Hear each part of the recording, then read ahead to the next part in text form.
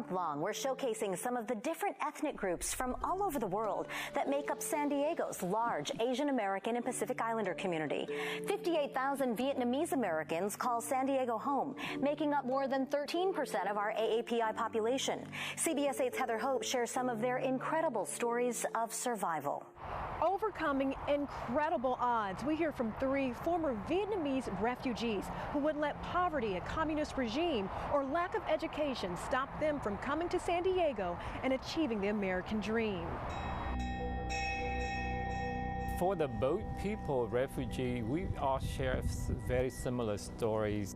These 3 Vietnamese American business leaders have found success in San Diego, but the long road to get there started in Vietnam, where they were all born in poverty amid political turmoil and were desperate to get out. I witnessed the harbor police shot and killed my brother right in front of me.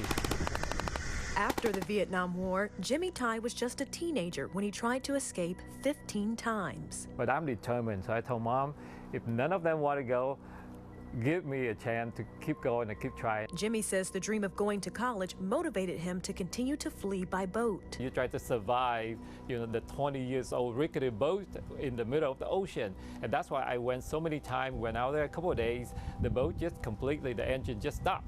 Stranded in the ocean with no GPS, Jimmy's boat was captured and all were sent to prison, where he also escaped and has the mugshot to prove it. It's extremely daunting. Jimmy's wife, Lily Tai, says her family fled their Vietnamese fishing village when she was 9 years old with just the clothes on their backs. Lily left her only sweater. And it got caught on the bamboo, and I have to let it go because that's the only thing of my private possession. And at the same time, I heard gunshots look like bang, bang, bang.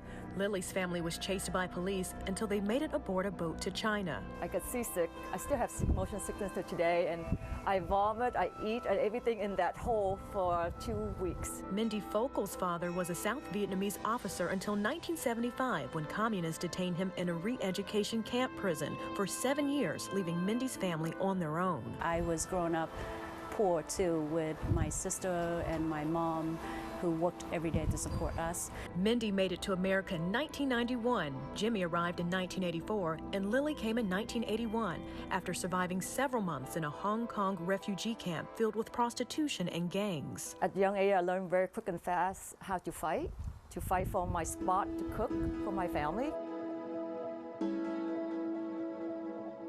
With sponsorship from an aunt in San Diego, Lily was grateful to reach dry land in the U.S. When I landed here in San Diego, I was so mesmerized by how much concrete we have. She held a pencil for the first time at Euclid Elementary School, learning English and how to read and write at 10 years old, to later graduating at the top of her Hoover High School class, to meeting her husband Jimmy as a volunteer teacher, to now working as a mortgage broker for 30 years. Mindy is now an award-winning real estate broker who says she worked hard to learn English when she was 18 years old in college, while also working as a retail manager and being a single mom of 2. I'm very proud to be Vietnamese, and I'm proud to be American too. Jimmy chronicled his journey from Vietnam to Thailand to San Diego in his book 5 Secrets to the American Dream, Stories of a Boat People Refugee.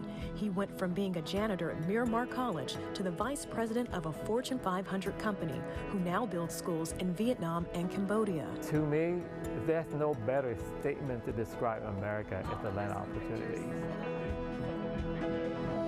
Heather Hope, CBS 8. Such a journey. From that kind of a diversity, fighting for everything, you just respect their success so much, and that they want other people to benefit from it as well. So successful, and now all of them are giving back, and it kind of reminds you of what's happening today. This happened 30, 40 years ago when they fled their home country to find a better life in America, and now we see so many Ukrainians doing the same thing. And so to look in the future and see how San Diego could be made even better and more diverse with all of the minds that are coming here and finding comfort here. It's just really inspiring. Beautiful story. It's the American dream. It is.